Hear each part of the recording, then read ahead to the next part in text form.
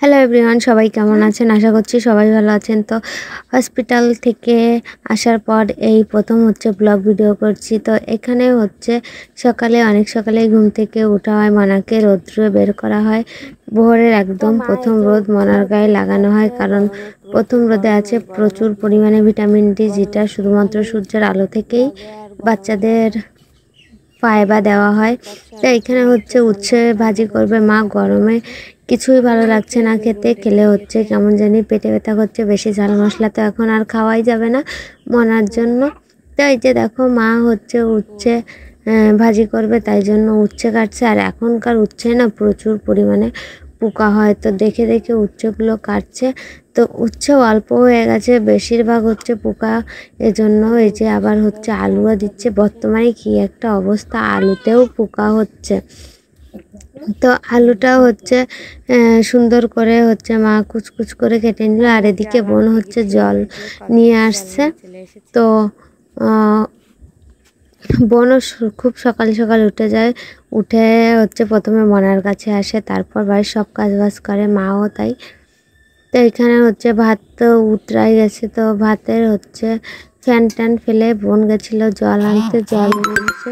এই যে দেখো এবার ভাতটা নামিয়ে নেবে। আর মা এখানে আলু আর উচ্ছে কাটতে কাটতে বোন এখন যাবে শোল মাছের কাছে। তো আজকে রান্না হবে শোল মাছ, কাঁচকলা। আর আমাদের অঞ্চলে বৈশাখ মাসে আমশোল খায়। তো আজকে মা রান্না করেছিল আমশোল, মানে আম আর শোল মাছ দিয়ে টক রান্না করে, বেশ ভালোই লাগে খেতে। আমি কোনোদিন খাইনি, শুধু সবার মুখে শুনেছি যে আমশোল খেতে নাকি বেশ ভালোই লাগে। এই যে দেখো বোন বড় একটা শোল মাছ তুলবে। ওই যে বড় শোল মাছটা দেখেছো? এই শোল মাছটা আগের দিন ঘের থেকে নিয়ে এসেছিল ধরে। বৈশাখ মাসে আমশোল খাওয়া হয়, তাই জন্য। তো কে কে খেয়েছেন আমশোল আর কোন অঞ্চলে কি বলে অবশ্যই কমেন্টে জানাবেন। তো মাছ বোন প্রথমে বেশি লাফালাফি করে শোল মাছ, সেটা তো সবাই জানেন। তো প্রথমে সেজন্য একটুখানি করে নিয়েছে। আর এইখানে মা কলা ছালছে। আমার তো এখন বেশিরভাগ কলা, তারপর বেশি কলাই খাওয়া হচ্ছে, লাউ পেঁপে তেমন একটা খাওয়া হচ্ছে না, বেশিরভাগ কলাই খাওয়া হচ্ছে।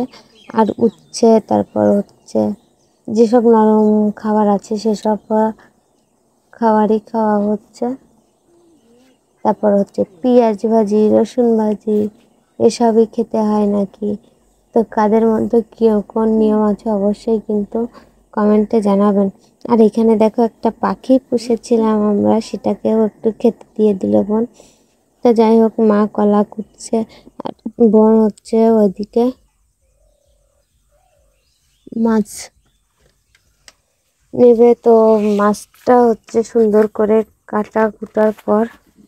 তো ভিডিওটি ভালো লাগলে লাইক কমেন্ট করবেন। সবাইকে ধন্যবাদ।